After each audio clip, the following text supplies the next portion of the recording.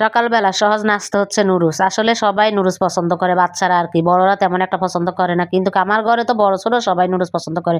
আপনাদের ভাইয়া পছন্দ করে না। তো আমি সকালবেলা নাস্তা এটা সহজ মনে করেই আমি সকালবেলায় নুডলস রান্না করে নিচ্ছি। এই সকাল থেকে নুডলস রান্না দিয়ে ভিডিও শুরু করলাম। আসসালামু আলাইকুম, কেমন আছেন সবাই? এই যে রান্না বাড়ি দিয়ে আপনাদের সাথে শেয়ার করা শুরু করে দিয়েছি। তো এখানে আমি একটা ডাল রান্না করব, ডালের রেসিপিটা আপনাদের সাথে শেয়ার করব। তো আপনারা এইভাবে রান্না করেছেন কিনা অবশ্যই কমেন্ট করে জানাবেন।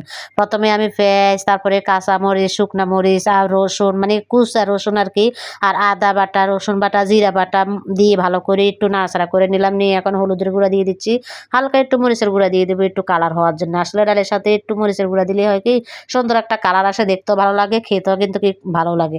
তো স্বাদ মতো লবণ দিয়ে দিলাম, আর এখানে দিয়ে দিলাম এলাচ আর মানে দারুচিনি দিয়ে, তারপরে একটু তেজপাতা দিয়ে দিব। তার আগে দিয়ে আমি একটু পানি দিয়ে দিয়েছি, দিয়ে একটু তেজপাতা ছিঁড়ে দিয়ে এখন ভালো করে মশলাটাকে কষিয়ে নিচ্ছি।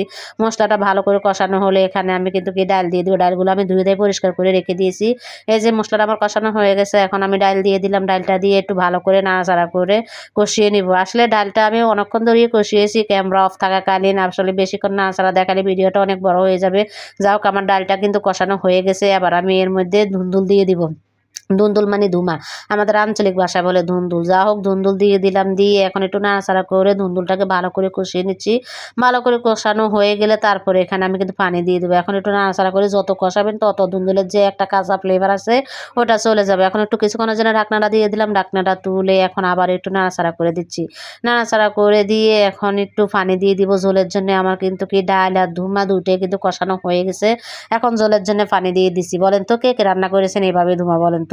আমি তো কয়েকবারে রান্না করেছি। আসলে আপনাদের ভাইয়া নতুন নতুন রেসিপি কই থেকে নিয়ে আসে জানি না, হোটেলে খায়, আমার কাছে এসে বলে, তখন আমি রান্না করে। যা হোক, ঝোলের জন্য পানি দিয়ে দিলাম। পানিটা দেখেন শুকিয়ে অনেকটা গাঢ় হয়ে গেছে। ঢাকনাটা তুলে আবার নাড়াচাড়া করে দিয়ে এখন আবার একটু ঢাকনাটা দিয়ে দিলাম। দিয়ে আবার ঢাকনাটা তুলে একটু লেবু দিয়ে দিচ্ছি।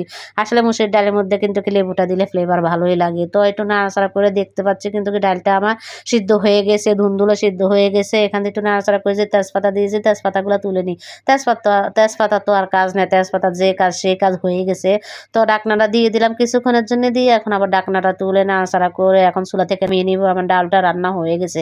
কেমন হয়েছে বলেন তো রেসিপিটা? যদি ভালো লেগে থাকে অবশ্যই লাইক কমেন্ট শেয়ার করে পাশে থাকবেন আমার। তো আমি একটা বাটিতে নামিয়ে নিলাম। তো এখন আরেকটা রেসিপি শেয়ার করবো আপনাদের সাথে, তবে ওটা কিন্তু ফুল করব না, মানে মধ্যখান দিয়ে দিয়ে একটু শুট নিয়ে নিয়েছি, একটুকু শেয়ার করবো আপনাদের সাথে।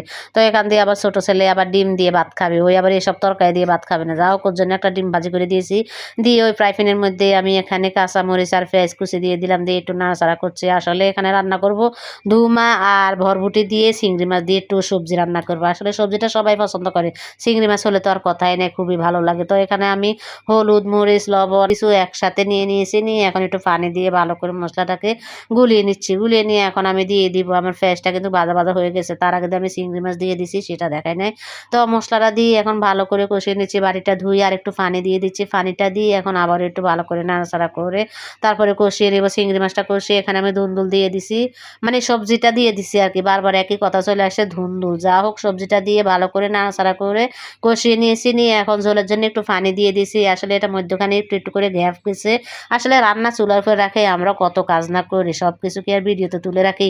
যা হোক, আমার সবজি কিন্তু কি হওয়ার কাছাকাছি। এখান দিয়ে একটু লবণ লাগবে বলে আবার একটু লবণ দিয়ে দিলাম।